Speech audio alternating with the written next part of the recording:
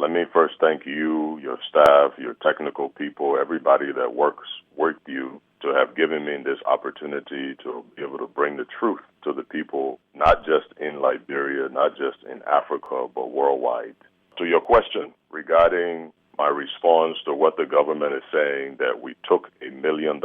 First of all, there have been so many stories, so many different allegations of different amounts.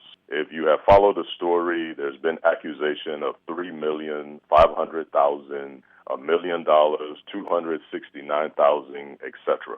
Whatever the amount that follows the accusation, my response remains the same. It is false. It is unfounded. We did not take anything. We did not steal anything from this government or the people of Liberia. The basis of the accusation is that we supposedly made up a fake company by the name of Diaspora Consultant, through which we allegedly staged that this company would do work in Liberia. The allegation is that the company does not exist. The company is fake. There are no employees, etc. with this company. The company never came to Liberia. They never did any work. That we merely staged this company and took all the money of varying amounts, as I said earlier, and ran out of Liberia. That is simply unfounded. That is not true. My word alone should not be taken on the defense to this that it is not true, it is unfounded. We have assembled a dossier of about 300 pages that in documents, in proof from third-party sources shows clearly that this is false. For instance, in the documents that I forwarded to you, if you look at it, you will see that there are several email correspondences between representatives from this company and the airport staff in Liberia, people in government, etc. So if this company was fake, then there should not have been any communication between representatives of this company and the people working on the ground in Liberia. If the government has indicted you in Liberia, why did you not say to clear your name? And why did you, as some people would say, flee the country? The reason we fled was very simple. The highest-ranking security officer in Liberia, the Minister of Defense, told us that government officials were plotting against us and quoting him that they had signed our death warrant. Eventually, we had an opportunity to speak to the Director of Police for the entire country. The Director of Police for the entire country told us additionally that the President of Liberia had ordered us to be captured at night, but he wasn't clear as to why we were ordered to be captured. Additionally, other government officials, as revealed to us by the Chief of Airport Security, a Mr. Zuba, had gone and turned off the lights, the water, replaced the familiar security guard at the house at the airport.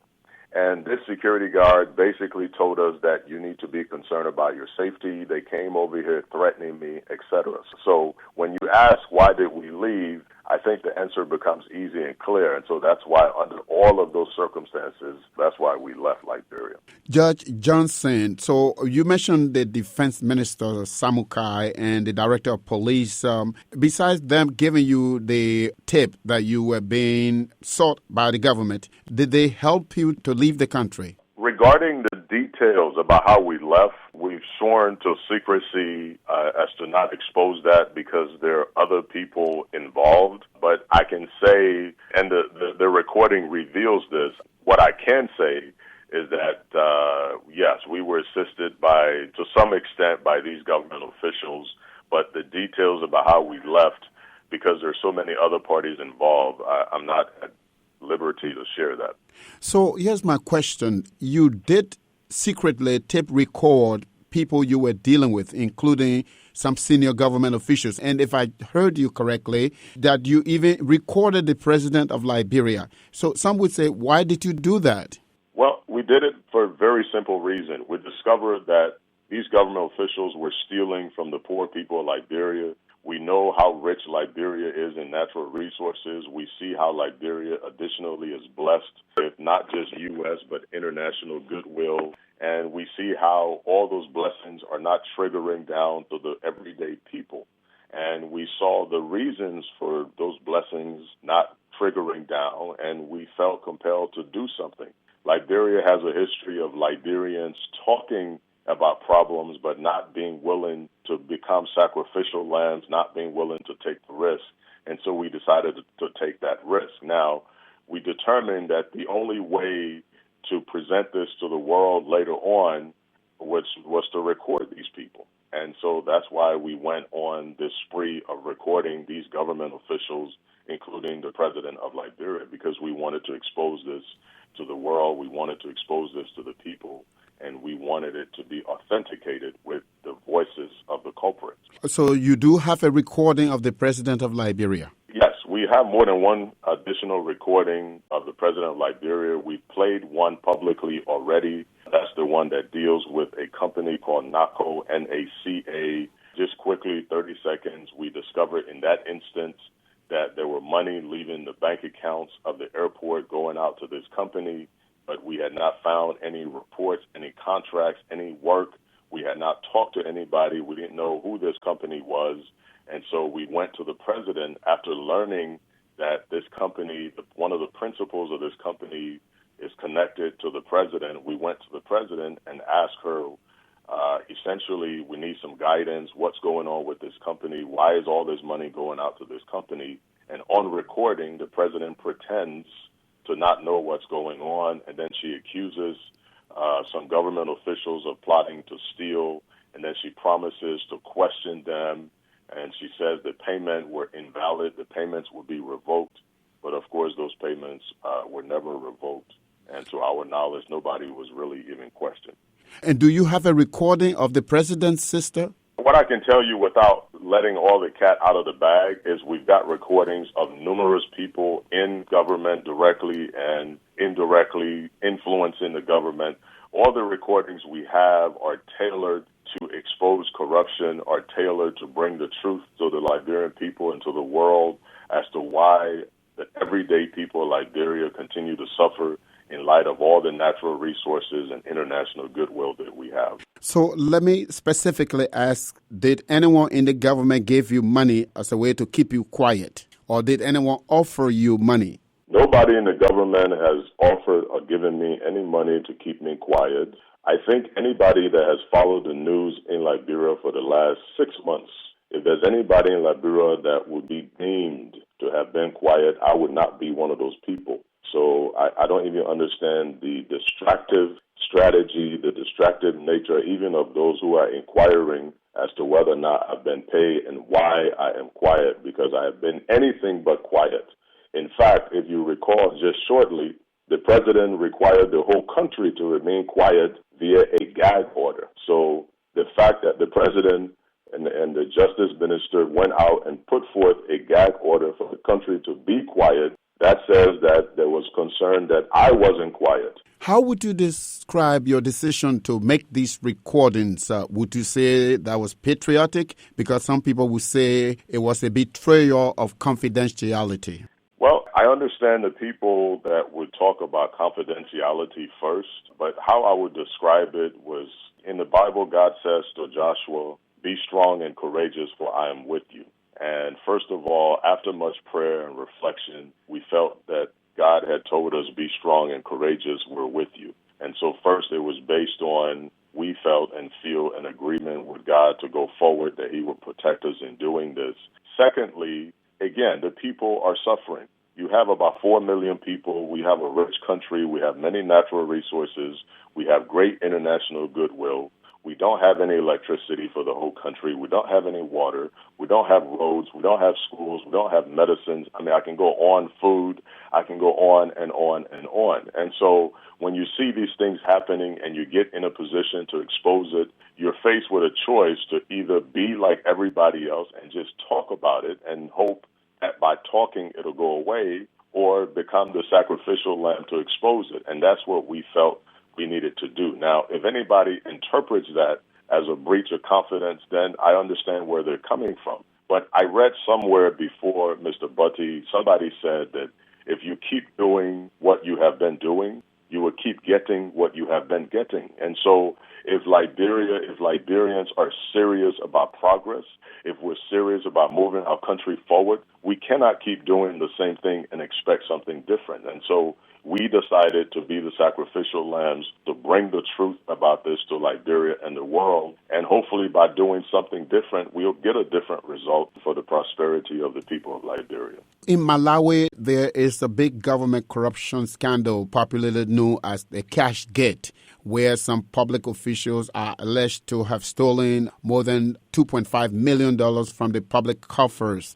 But in that case, the government of Malawi has taken steps to arrest some senior government officials, including even the justice minister. How would you describe the Liberian government's commitment to fighting corruption?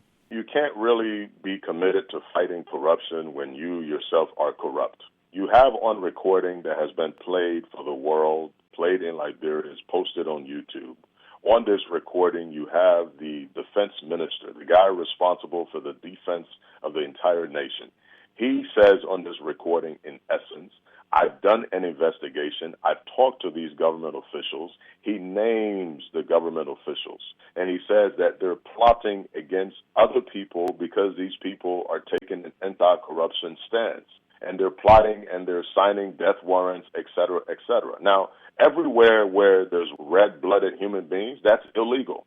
And so if this government, if this president is halfway trying to give the impression that she's serious about corruption, based on the defense minister's investigation, he's a security officer. He's the highest ranking security officer. Based on his investigation, at a minimum, there should be another investigation launched. And if she's serious about corruption, those government officials should be arrested and taken through the due process to see the facts about what the defense minister had already investigated about them plotting and signing people's death warrant.